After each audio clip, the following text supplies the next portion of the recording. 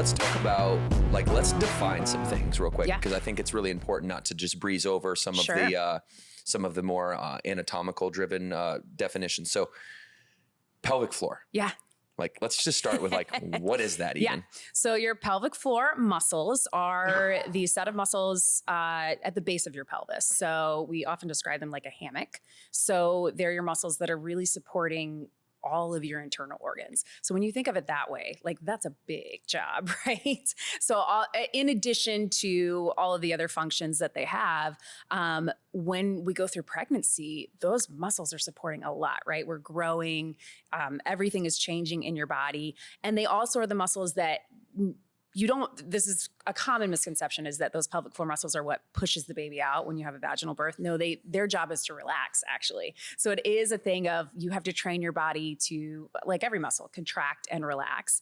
But when we talk about those muscles, we often describe them as the foundation of a house. And that when you think about building a house, like if you don't have that foundation, that strong foundation, everything else above that is affected. So we have to train the pelvic floor like other muscles and know the importance of it. Whereas, 10, 15 years ago, nobody was talking about that. We were talking about prenatal and postnatal fitness of, these are some things you should avoid. These are some things you should do. But we were not talking about it in that way. And then just also looking at it like the true medical event that pregnancy and postpartum is. If we looked at what happens in your body during pregnancy, what happens during labor and delivery, and also just general mom life, parenting life, like that is intensely physical, right? Like and the surgery, like it's like a medical procedure. Yes. We don't often think about it in the same category. Yeah, if you were to send somebody in for a knee surgery, you would send them home to rest and rehab and go to physical therapy. And as moms, we're just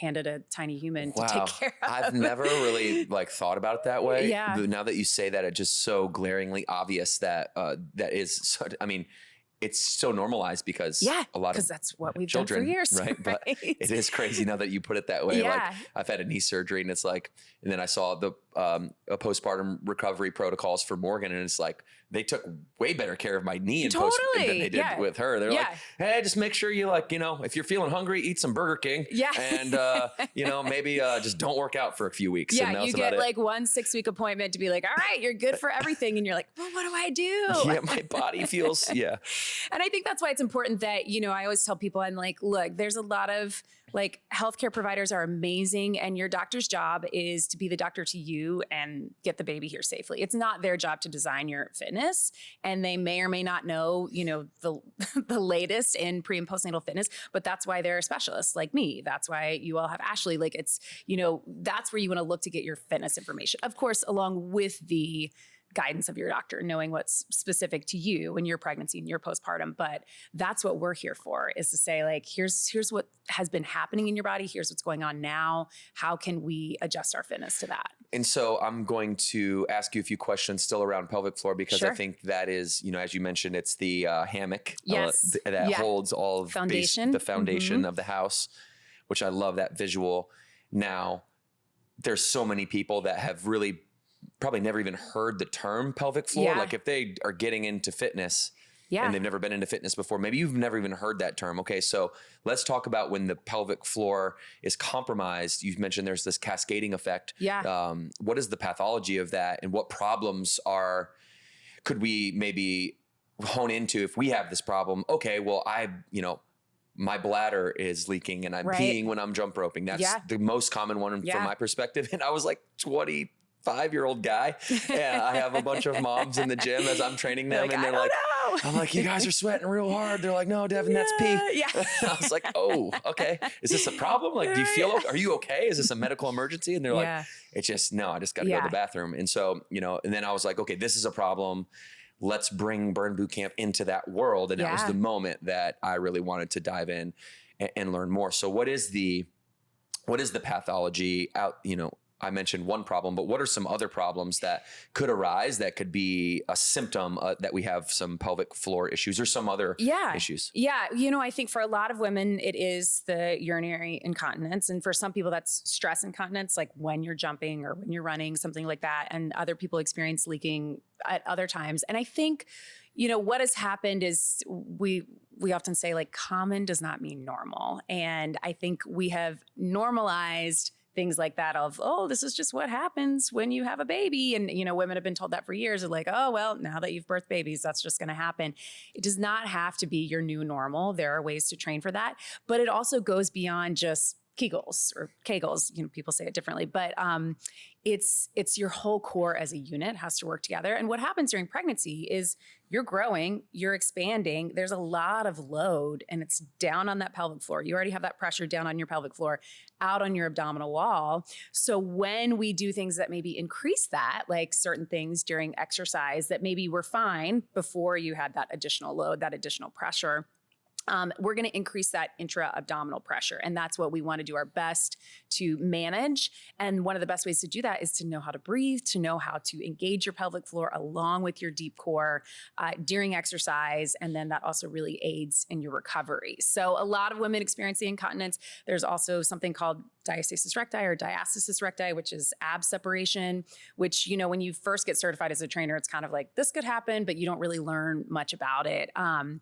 I actually had it in my second pregnancy, and I was doing all the right things, trying to avoid certain things, but sometimes it just happens. So knowing that a lot of the things that could happen, certainly there are things you can do to manage your risk, reduce your risk, and be safe about it, but it doesn't necessarily always mean you're going to prevent it. Mm-hmm. And that was the case with me. So it's how do we deal with that? I was like, oh, I'm doing all the right things. I'm a trainer. How did this happen? It's just how my body responded. And it did not mean that I couldn't go back to fitness. It meant I had to be super specific about how I did it.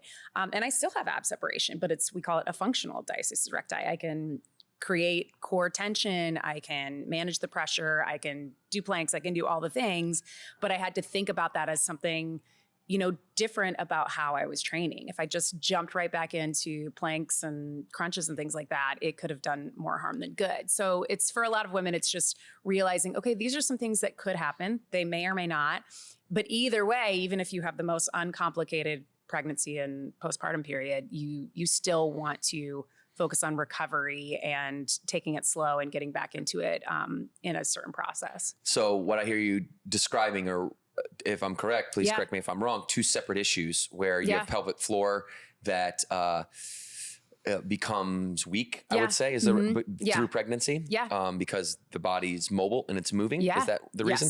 Yeah. And then also the same thing, but with your abdominis, your abs, your outer abs. Yeah. Yeah. Your rectus abdominis. Yep. I was trying not to do the scientific stuff. I'll leave that up to you. That's what but it is. But you know it too. Yeah. And so the rectus is actually separating. Yes. Okay. And for some people, it's more severe. For some people, most of us have a little bit of separation, but some people have severe diastasis. And that is when, we always recommend seeing a pelvic floor physical therapist. Like I can help you in certain ways with fitness, but there are pelvic floor PDs who are out there. So if I'm going into fitness or if I'm going into pregnancy and I'm somebody that's like, okay, I have a sister or my mom told me about like this might happen and I'm concerned with that. Yeah. The preventative measures that you can take are really what? Learning how to breathe, learning how to manage pressure, learning how to recognize signs. There's always can I lift heavy when I'm pregnant? Can I still run? Things that people really enjoy doing. You can, but if you're not managing that pressure well, that is when we're going to see, that added pressure out on the core, down on the pelvic floor. So is that why we are taught to stay away from, let's say, pull-ups in the third trimester? Is because of the internal pressure that's required? You almost have to push out. Yeah. Yeah. And I mean, it's like when you think about super heavy, I mean, there's techniques, right? There's the Valsalva maneuver. There's things like really heavy lifters that you're bearing down. On purpose. So on purpose to lift heavier.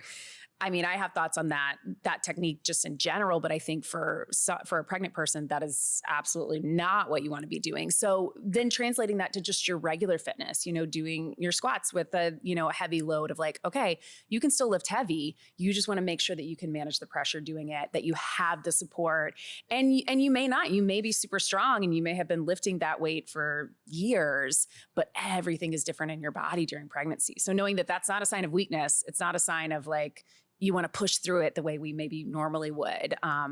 Just knowing that like in pregnancy, your whole goal is just to have a healthy pregnancy, healthy baby, healthy mom. And, it's not when we PR. Right. So. Yeah. Do we hear that, everybody? Yeah. Okay. Pregnancy is not a time to PR. Yes. Okay. And I get it. I'm competitive and I want to do all the things, but it's different.